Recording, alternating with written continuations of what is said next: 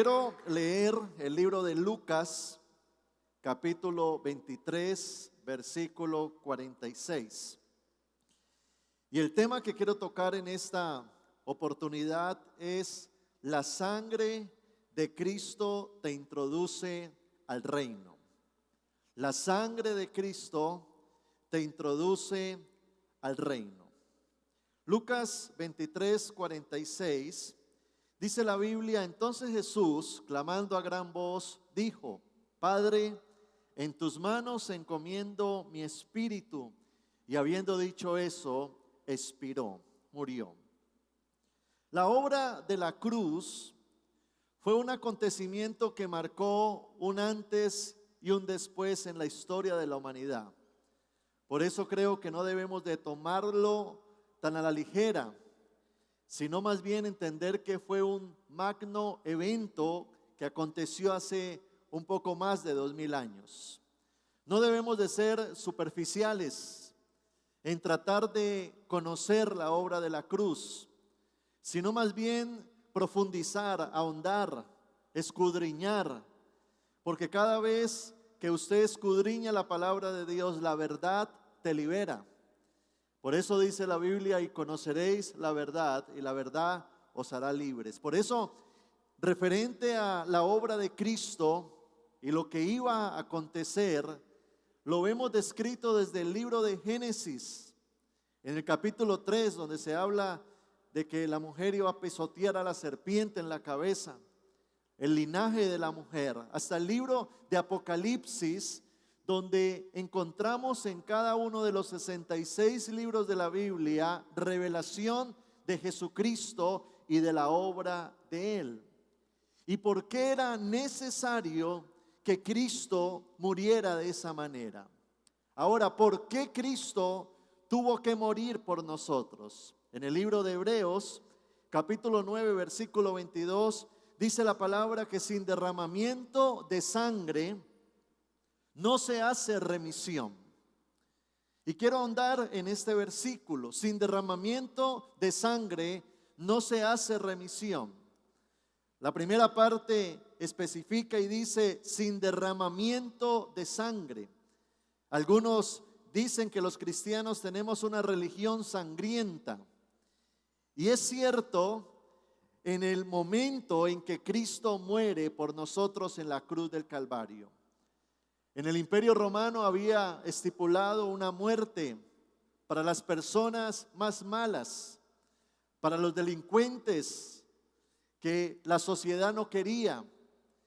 Era una pena de muerte donde llevaban a las personas a un monte alto. El monte Gólgota quedaba a unos 6 kilómetros de Jerusalén, en un lugar alto, visible, para que Jerusalén viera y fuera como un ejemplo para que no se portaran mal.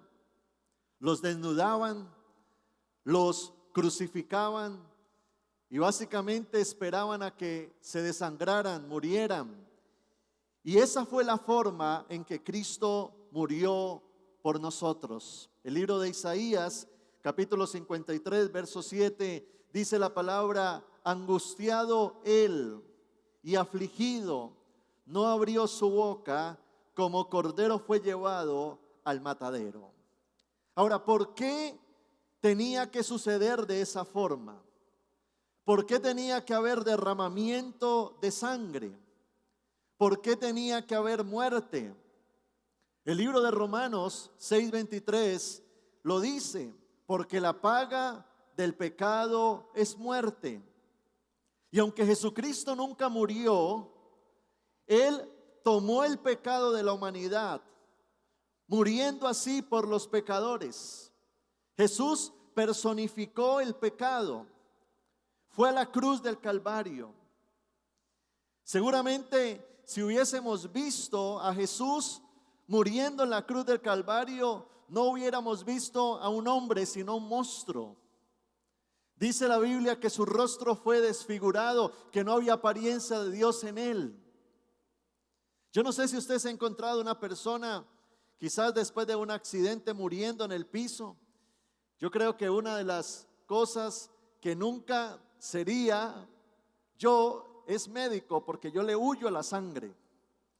Yo veo ahorita que está tan de moda la vacuna y muestran en los televisores y en las noticias y esa aguja entrando y eso mantienen y ponen la cámara ahí y yo veo, uy, esa aguja, yo ni miro eso, uy, no, en serio. Ahora imagínese usted frente a Jesús. ¿Sabe por qué Jesús parecía un monstruo en la cruz? Porque el pecado nos hace monstruos. Y Jesús tomó el pecado de toda la humanidad. Y la justicia de Dios cayó sobre él.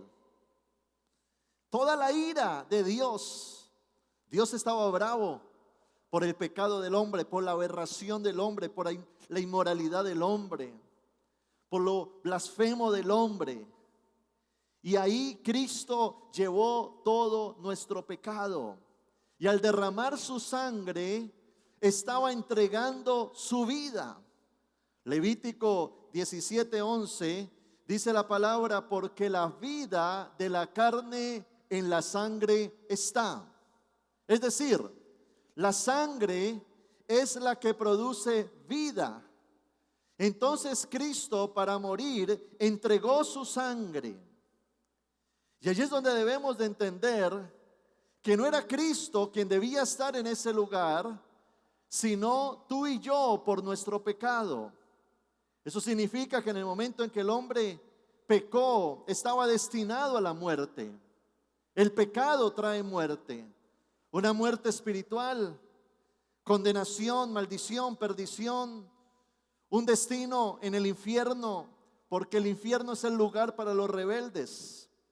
Hebreos capítulo 9, versículo 22, dice la Biblia: y casi todo es purificado según la ley con sangre. Entonces Cristo, tomando el pecado del ser humano, fue a la cruz, muriendo por cada uno de nosotros, derramando su sangre. Por eso en el Antiguo Testamento vemos cómo Dios instruye al pueblo y les enseña la manera de cómo podían acercarse a Él siendo ellos pecadores.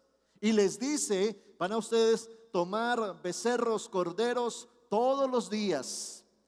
Y nombró a la tribu levita para que ellos fueran los sacerdotes, los que presidieran los actos sacrificiales. Todos los días a las 6 de la mañana tenía que subir el sacerdote, tomar el mejor cordero y ofrecerlo por el pecado de la humanidad. Y en el momento en que se derramaba la sangre, en el momento en que subía el humo del sacrificio, venía perdón de Dios. Y al venir perdón de Dios, venía relación. Porque algo que necesitamos entender es que el pecado nos separa de Dios. Pero cuando se derramaba la sangre, había una reconciliación donde sobre estos animales en sí caía el castigo del pecado. Ahora bien, en el Nuevo Testamento, hablando de Cristo, Hebreos capítulo 9, versículo 12, dice la palabra: y no por sangre de machos cabríos ni de becerros, sino por su propia sangre entró una vez para siempre en el lugar santísimo, habiendo obtenido eterna redención. Ahora esto nos muestra de que Cristo, como lo dijo Juan el Bautista, ahí viene el Cordero de Dios. Cristo se ofreció como sacrificio vivo para tomar nuestro lugar, para ofrecerse como un holocausto sacrificial en la cruz del Calvario, para que de esa manera su sangre fuera derramada y eso mandara un favor hacia Dios diciendo: perdona a la humanidad. Ahora en la segunda parte del versículo dice: y sin derramamiento de sangre no hay remisión. La palabra remisión significa libertad de la esclavitud o de la prisión. Significa cancelar todo juicio, castigo o deuda. También remisión significa recibir el perdón. Por eso toda persona necesita remisión. Toda persona, todo ser humano necesita remisión porque ha pecado y está condenada a un juicio eterno. Si nosotros lográramos ver la condenación que hay, entenderíamos el valor de lo que hizo Cristo, evitándonos ir a esa condenación. Al nosotros tener una deuda espiritual con Dios, la única manera de cancelar eso es por medio de la obra de Cristo en la cruz del Calvario. Cuando leemos el libro de Génesis, en el momento en que Adán y Eva pecan, vino una consecuencia, porque ese pecado original produjo maldición sobre todas las generaciones. Y mire lo que dice Génesis 3:17 al 19. La consecuencia del pecado: maldita será la tierra por tu causa. Con dolor comerás de ella todos los días de tu vida. Espinos y cardos te producirá y comerás plantas del campo. Con el sudor de tu rostro comerás el pan hasta que vuelvas a la tierra, porque de ella fuiste tomado, pues polvo eres y al polvo volverás. Mire la maldición, el decreto espiritual y la condenación que cayó sobre el hombre por el pecado. Pero dice la Biblia que desde antes de la fundación del mundo ya Dios tenía un plan de salvación. Por eso vino Jesucristo a sacarnos de la condenación que produjo el pecado. Por eso toda persona necesita ser libre, porque está condenada, esclava a la enfermedad, la pobreza, los problemas familiares, los vicios, las perturbaciones espirituales, las ataduras. Todos, sin excepción, necesitamos el perdón de Dios, que solamente se puede recibir por la sangre de Jesucristo.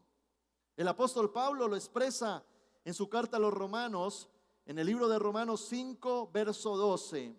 Dice la Biblia: por tanto, como el pecado entró en el mundo por un hombre, y por el pecado la muerte, es decir, por medio de Adán, entró el pecado, y el pecado trajo muerte. Así la muerte pasó a todos los hombres, por cuanto todos pecaron.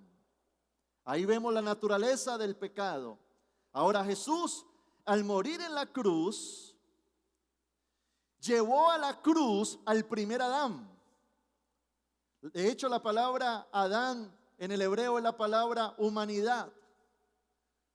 Cristo se hizo hombre, uno de nosotros, para llevar la humanidad a la cruz del Calvario. Destruir en la cruz el imperio de la muerte, el dominio que tenía legalmente Satanás sobre la raza humana. Romanos 5, versículo 18, dice la Biblia: así que por la transgresión de uno, de Adán, vino la condenación a todos los hombres. De la misma manera, por la justicia de uno, y cuando habla de justicia, es Cristo en la cruz, vino a todos los hombres la justificación de vida. ¿Recuerda usted aquel acontecimiento cuando escogen dejar libre a Barrabás? Resulta de que allí estaba Poncio Pilato. Habían entregado a Jesús para ser crucificado, pero llaman a Barrabás un criminal terrible. Pero en ese día él quiere libertar a uno de los dos. Y es tremendo cómo Jesús toma el lugar para morir, permitiendo que Barrabás sea libre. Y esta historia, viendo a Jesús y a Barrabás, es la historia de la humanidad.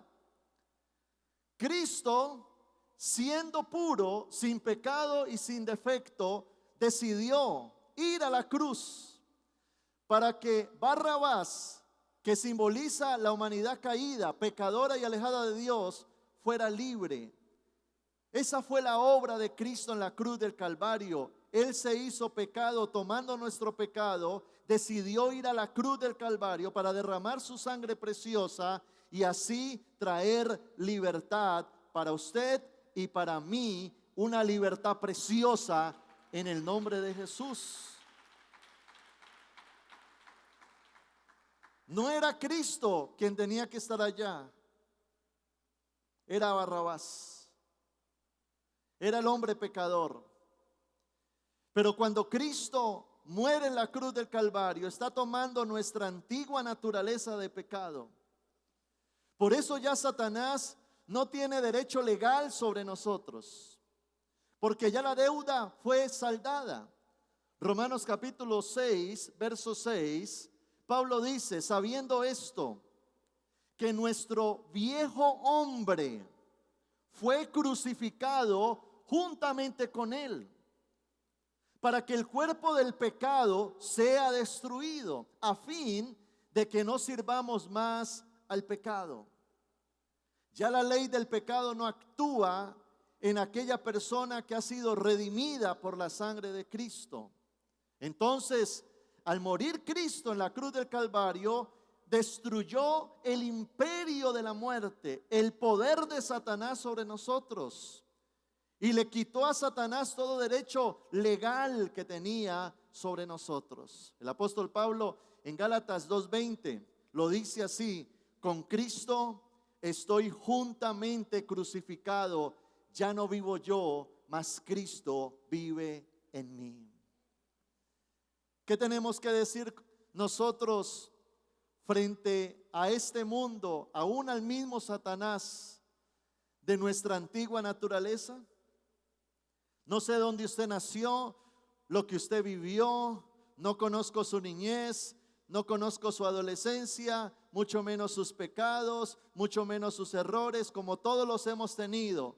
Pero lo que sí entiendo es que cuando entendemos lo que Cristo hizo por nosotros, lo recibimos a Él por fe en nuestro corazón, sencillamente podemos decir: con Cristo estoy juntamente crucificado. El viejo hombre ya quedó en la cruz del Calvario. En Cristo soy una nueva criatura. ¡Wow!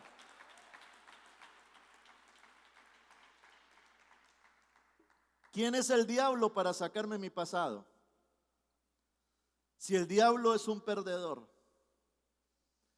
Por eso tú nunca debes de permitir que la culpa, la acusación, el error del ayer te marque de tal forma que te impida salir adelante en libertad. No, ya Cristo murió por tus pecados. No sé si fueron grandes o chiquitos, pero Él murió por todos los pecados nuestros. Él es mi justicia. Él ahora tiene derecho legal sobre mí porque Él pagó el precio por mi libertad. Entonces, es claro entender que Cristo murió por nosotros, y al ser derramada su sangre en la cruz del Calvario, nos rescató, nos libertó, ya cortó con nuestro ayer, con la condenación, con la maldición generacional, con todos los errores de mis generaciones anteriores, con todos nuestros pasados, con todos nuestros errores, con todo lo malo que hayamos hecho. Mira a Jesús como un monstruo. Él murió por todos nuestros pecados. Por eso murió de esa manera, porque el pecado era grave. Sí, era grave, pero Cristo murió para resolver tu pasado, para resolver tu condenación, para resolver tu culpa, para resolver tu error. En Cristo somos una nueva criatura. Ahora, eso es valioso e importante, pero hay algo que considero aún más grande que eso. Y es que no solamente Cristo por medio de la cruz resolvió el ayer, sino que por medio de su obra sacrificial nos introdujo al reino de Dios. Es decir, que no solamente la obra de Cristo consiste en resolver tu pasado y dejarte libre en el presente, sino que en el libro de Colosenses capítulo 1 verso 13 lo dice de esta forma: Él nos ha librado del poder de las tinieblas, nos libró del ayer y nos ha trasladado al reino de su amado Hijo. Trasladado significa llevar de un lugar a otro. Cuando Cristo fue a la cruz del Calvario, derramó su sangre por nosotros. Pero a partir de ese momento te entrega una llave que te da acceso al reino de Dios. Y cuando hablamos del reino de Dios, hablamos de un nuevo estilo de vida. Y allí debemos de entender dos cosas importantes. La sangre de Cristo nos rescata de la prisión, de la maldición, de las ataduras y del lugar infernal donde nos puso el pecado. Pero también nos posiciona a un nuevo estilo de vida donde hay un rey y ahora yo soy hijo de Dios. Son las dos grandes obras de Cristo en la cruz del Calvario. Nos libertó, pero también nos introdujo al reino de Dios. Mire lo que sucedió después de que Jesús murió en la cruz del Calvario. Hechos capítulo 1, versículo 3, dice la palabra: después de haber padecido. Ya Hechos, el libro de Hechos es posterior a la resurrección de Cristo. Es cuando arranca la iglesia primitiva, desciende el Espíritu Santo. Dice, después de haber padecido, se presentó vivo, resucitado, con muchas pruebas indubitables, hablándoles acerca del reino de Dios. Cuando Jesucristo resucitó, si usted percibe y lee los evangelios, que son 4, los evangelios se enfocan en la obra sacrificial.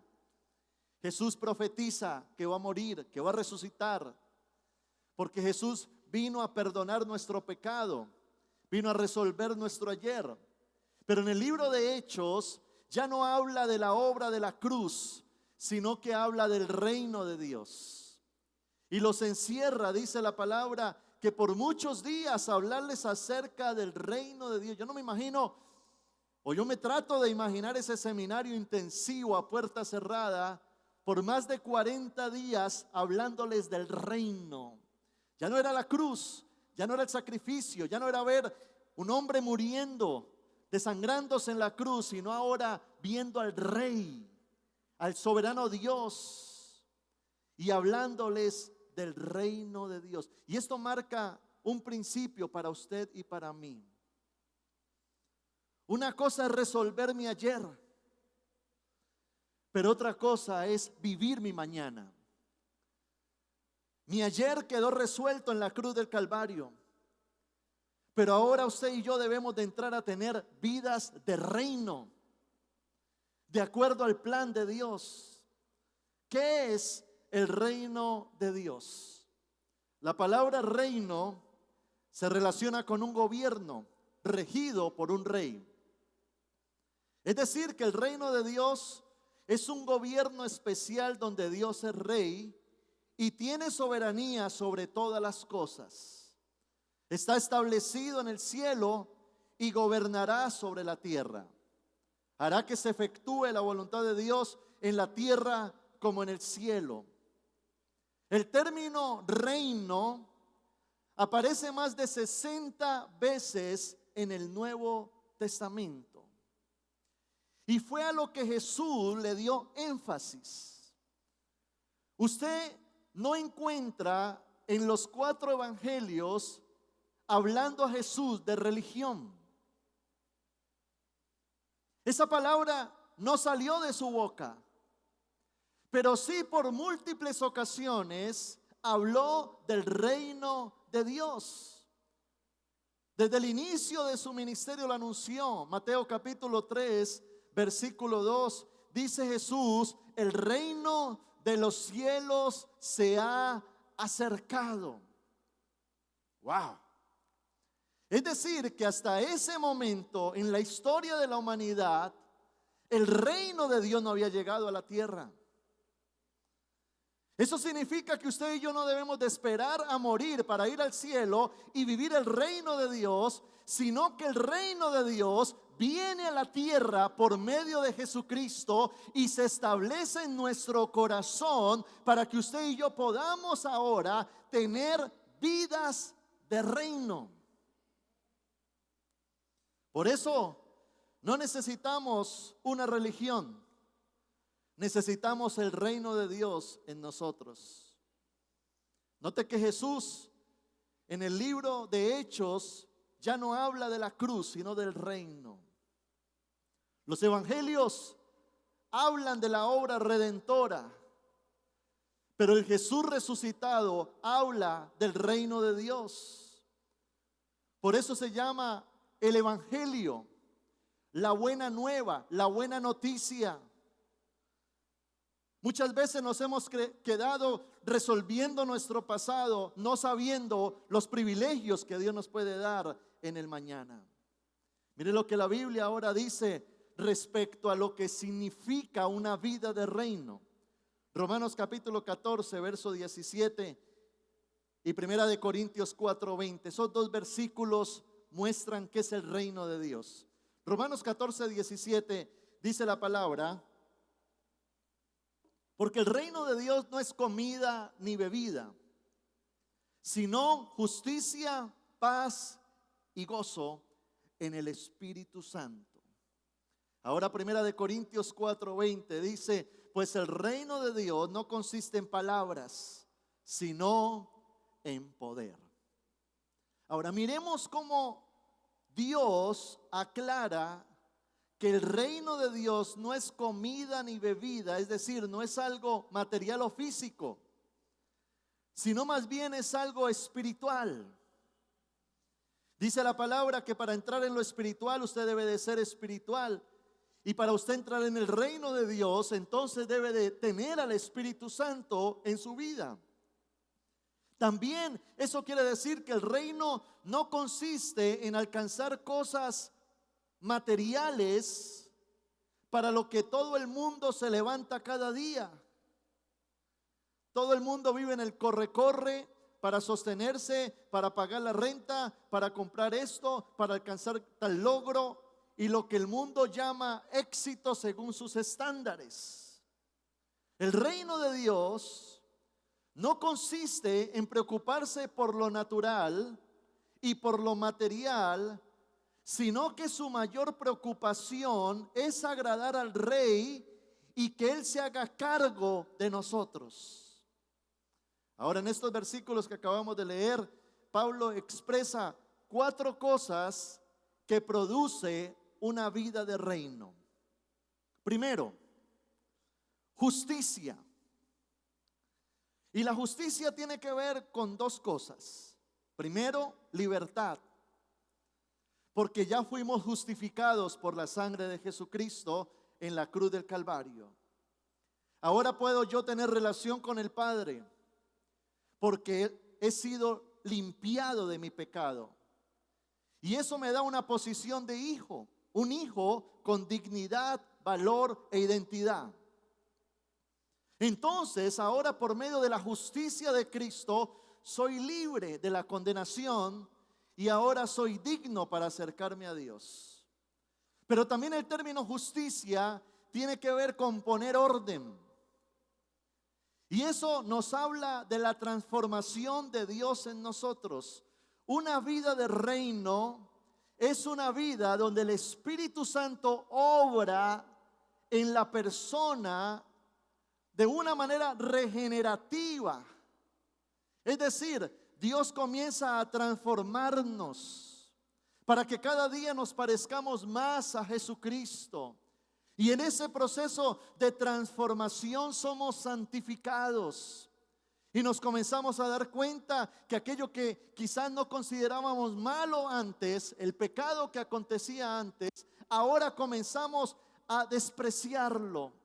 Ahora comenzamos a sentirnos mal en el momento en que lo practicamos, porque una vida de reino es una vida que produce transformación. ¿Por qué? Porque está el Espíritu de Dios obrando en la persona. La segunda cualidad de una vida de reino es que hay paz en su corazón. Es decir, de que una señal de que el reino de Dios está en ti es que hay una calma interior a pesar de cualquier cosa exterior que puedas estar viviendo. ¿Sabe usted que la Biblia de Génesis a Apocalipsis se basa en la confianza que tenemos que tener en Dios?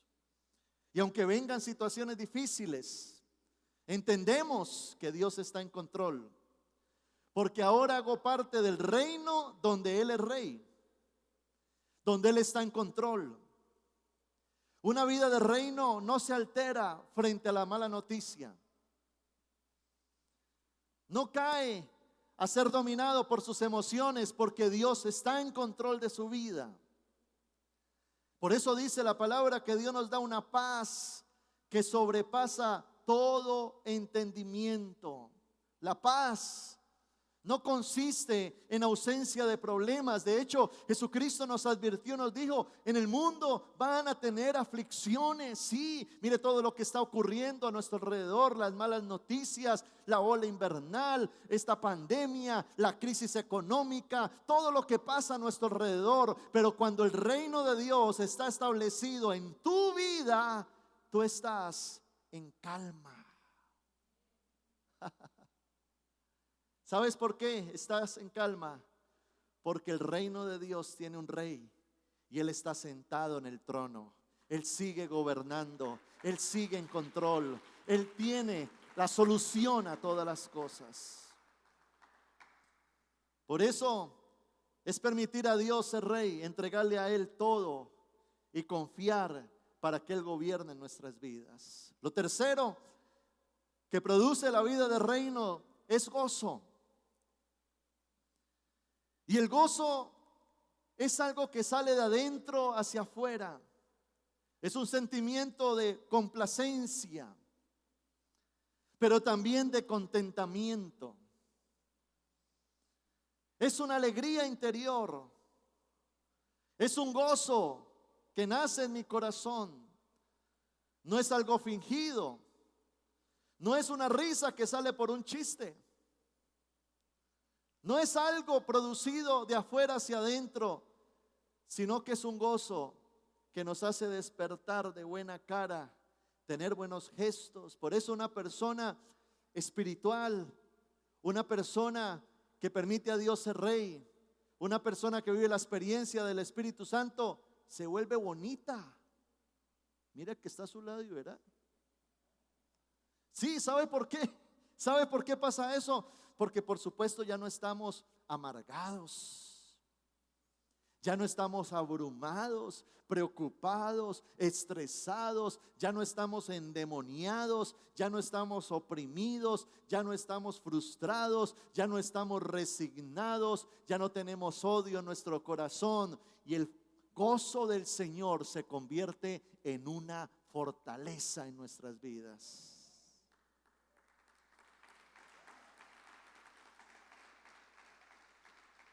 Por eso dice la Biblia: cuando saliereis de la cautividad, seréis como los que sueñan, y tu boca se llenará de risa y tu lengua de alabanza.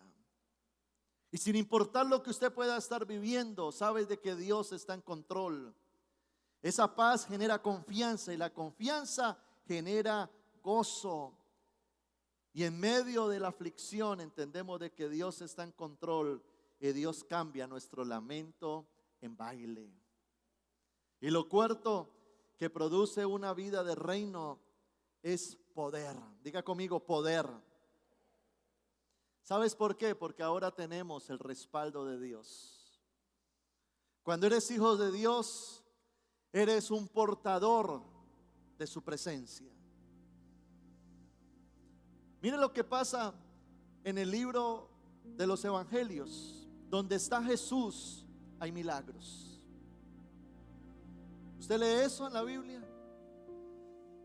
Si Él está en un lugar donde hay muerto, el muerto resucita. Si Él está en un lugar donde hay escasez económica y multiplicación de panes. Si Él está en un lugar donde hay lloro, Él trae alegría. Si Él está en un lugar donde hay una persona oprimida, Él la liberta. Ahora yo me pregunto, ¿dónde está Jesús hoy? ¿Sabes dónde está? En tu corazón. Porque Él es el Rey de Reyes. Él es el Rey del reino. Y si en ti está el reino, es porque Jesús está sentado en el trono de tu corazón. Y esto es tan importante que lo entendamos. Porque ya al salir a la calle, a la sociedad, a tu trabajo, a tu familia, a lo que tienes que sacar adelante, a tus sueños, ahora entiendes que no estás solo, no estás sola. Dios está contigo. Por eso, inmediatamente Cristo muere y resucita, arranca el libro de Hechos. Y se llama Hechos porque ya no era teoría, era realidad. Y en cada capítulo de Hechos, usted lee milagros sobrenaturales de Dios. Y lo que te quiero dar a entender con esto es que una vida de reino es una vida de milagros. ¿Es una vida de qué? De milagros. Es una vida donde el poder de Dios se manifiesta y donde Dios obra cosas sobrenaturales, milagros, prodigios, señales, sanidades, liberaciones. ¿Cuántos quieren tener una vida de reino en este lugar? Ahora, ¿cómo usted puede entrar entonces a tener esa vida? ¿Cómo entras tú? Escúchame esto. A tener una vida de reino, reconociendo la obra de la cruz. Porque para tú entrar, primero tienes que salir del viejo mundo, resolver tu problema del ayer, tu condenación. No hay reino sin sacrificio. No hay reino sin cruz. Hoy en día hay tantas religiones, sectas, movimientos, pero la religión verdadera tiene cruz. Porque sin cruz no hay reino. Y para Él introducirnos a una vida de reino, primero tuvo que ir a la cruz. Recíbelo a Él como Señor y Salvador. Por otro lado, al entrar al reino de Dios, tenemos que entender que hay un rey. Un rey al cual debo someterme. Por eso hay un versículo muy fuerte y confrontante que dice la Biblia: no todo el que me dice Señor, Señor, entrará al reino de los cielos, sino aquel que hace mi voluntad. En otras palabras, el reino de los cielos se establece donde se hace la voluntad de Dios. El reino se establece donde hay obediencia, sometimiento. Una persona no puede pretender recibir lo bueno de las bendiciones sin sometimiento, sin obediencia. Y la otra manera es estableciendo una relación con el Rey, permitiendo que el Espíritu Santo haga morada en mí y mi cuerpo se convierta en el templo del Espíritu Santo. Y esta predicación es tan profunda que si tú la vives, tu vida va a cambiar para siempre. Tu manera de pensar, de hablar, de ver las cosas. La religión nos ha enseñado a ver a Jesús crucificado, pero no a tener una vida de reino. Pero usted y yo estamos llamados a tener el evangelio del reino, un evangelio completo, un evangelio donde Cristo murió por mí, pero Él me introduce ahora a tener una vida diferente en Cristo Jesús. Y no se trata de lo que el mundo te pueda dar, se trata de lo que Dios te pueda dar. No se trata de satisfacer los estándares de lo que el mundo llama éxito. Una cosa es tener una vida de éxito, otra cosa es tener una vida de gloria. Esto es otro nivel de vida, donde tú entras a tener comunión con Dios y sencillamente Dios establece su reino en tu vida. ¿Y sabes qué pasa? Cuando el reino de Dios está en ti, van a venir dificultades, tormentas, momentos difíciles, pero en ti va a haber paz. Va a haber un gozo que va a ser tu fortaleza. Va a haber confianza en ese Dios sobrenatural que está en control. Dios te va a llevar a conocerle cada día más, a que tu vida sea transformada por su poder y su gloria. Y vas a entender algo muy importante, y es que en ti opera el mismo Dios que operó en Pablo, en Esteban, en Pedro, en Abraham, en Moisés. Y por eso Pablo dice: todo lo puedo en Cristo que me fortalece. Por eso cuando veo a un enfermo, oro por él, porque creo que Dios lo puede sanar. Por eso cuando estoy en necesidad económica, entro a orar y a pedir como hijo, no como esclavo, creyendo que Dios puede obrar un milagro.